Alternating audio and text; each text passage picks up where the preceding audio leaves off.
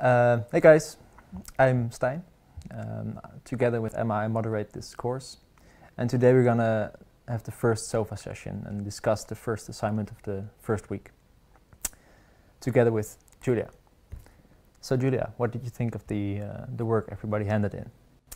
Yeah, first of all, hello everyone. And yeah, it has been a great week. We are very happy with the work that you submitted as a start. Many of you contributed to the course and with a lot of interesting examples and ideas. There were some recurring themes that we found interesting, and the first one was a lot of focus on people. So it seems that for you, and it's rightly so, design plays an important role when it comes to activating and involving people. And when we say people, what we mean and what you mean is actually not only the users, so it's not only involving the users, but it's actually also involving the employees and the stakeholders and all those within the company that contribute to making an innovation. So that's the interesting side, which is something that I really see a lot in my current practice. So if you compare between what I see, what I say in the video and what I think right now, design is becoming much more a tool for activating the employees. So in the KLM, the Dutch airline company that we use a lot as an example, you've seen it with one of the testimonials, and you will see it next week with Christine, the instructor. All the innovations that are achieved there works because they involve the user, but they also activate the employees to come up with great ideas and to improve the ideas themselves. So it's very important and very true that design is about people, both users and employees. And it's an important tool to activate, as you also recognize, the creativity of both these kinds of people. We have some nice examples on this topic. So Tika Teep really used this in his visual and in his assignment, and he also used an interesting word, encompassing, using the word compass as a metaphor, which you also saw in another assignment.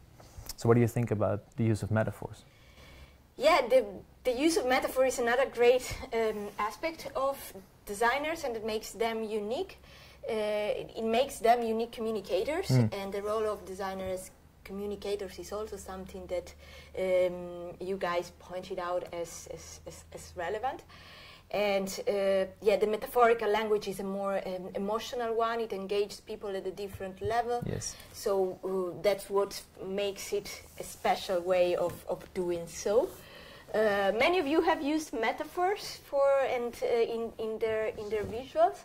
For instance, we have Unox who used a visual language and metaphors to explain the multiple roles the design can have within business. A point of attention here is try to be parsimonious with metaphors. So the power of metaphor in a business domain becomes really, really strong when you have just one powerful way of using metaphorical language. Yes. So the compass one, for instance, okay, there's clearly this message of the compass bringing different people together towards a common direction. That could be a recurring theme throughout an entire assignment. Yes, and another interesting thing we noticed, it was an example that really stood out to us, was the model by Alex. And Alex mentioned that design can also be used to maybe replace advertising even. So if you can get to the feeling of the users, you can create a magnetic product.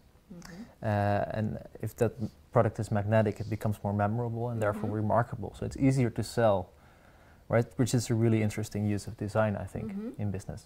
What do you think about that? Yeah, it is indeed very interesting, and it questions whether we are going to need marketing and advertising anymore. I think Alex also says that or hints towards that. Definitely a challenge. I have a marketing background, so I don't think design can replace marketing because you still need a lot of tactics to get the attention of the user in the multiple quantity of stimuli that we receive every day. Yes. But I think for you guys it's important to reflect on the differences between these two professionals. What is the domain of design and what is the domain of marketing, and how can you work together? Where are the complementarity, right? Yeah. And I think we will have more speakers about that in the coming weeks. Definitely. And this is something that you can discuss in the discussion forum and that we can talk about again in the webinar at the end. So I'm curious what you think about this relationship between the design field and marketing. And as a closing comment, we really like the way and the different styles in which you visualize your assignments. What did you think about that, Julia? Yeah, we had a lot of interesting approaches, different. All are good. There's not a one best way. I think we want to point out a couple of examples that stood out to give also some additional feedback. Yes.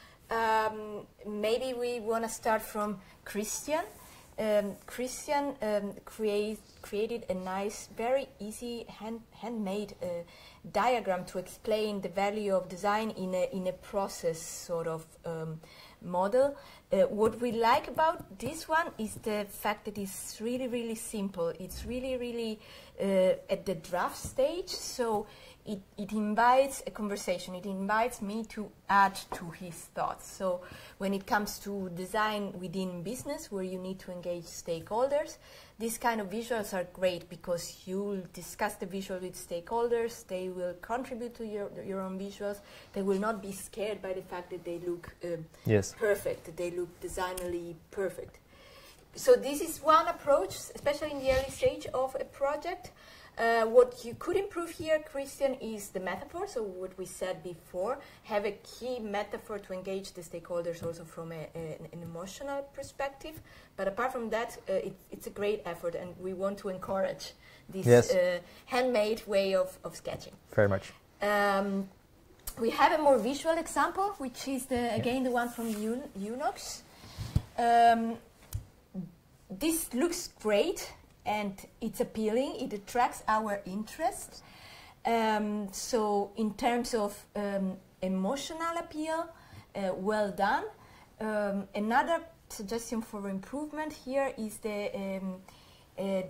order of reading. So if I look at this, as a observer, I would need a little bit more guidance on where to start, what is the storyline here, what is the order of the pictures and that of the little elements of this visual, and how do I put them together. So perhaps text here can really, really help, and it's important indeed in your visual language to combine more visual elements with text. A good example of such a combination is the framework from Alex, where we have some nice metaphors, some nice visuals, and text. So this is a very balanced visual for strategic purposes, and it also has a sort of order across the different steps. So it works well also if I'm alone and I don't have the designer supporting me in reading that. Yes.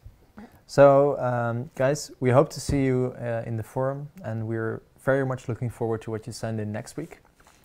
And Julia, thank you very much for discussing this today. Yes.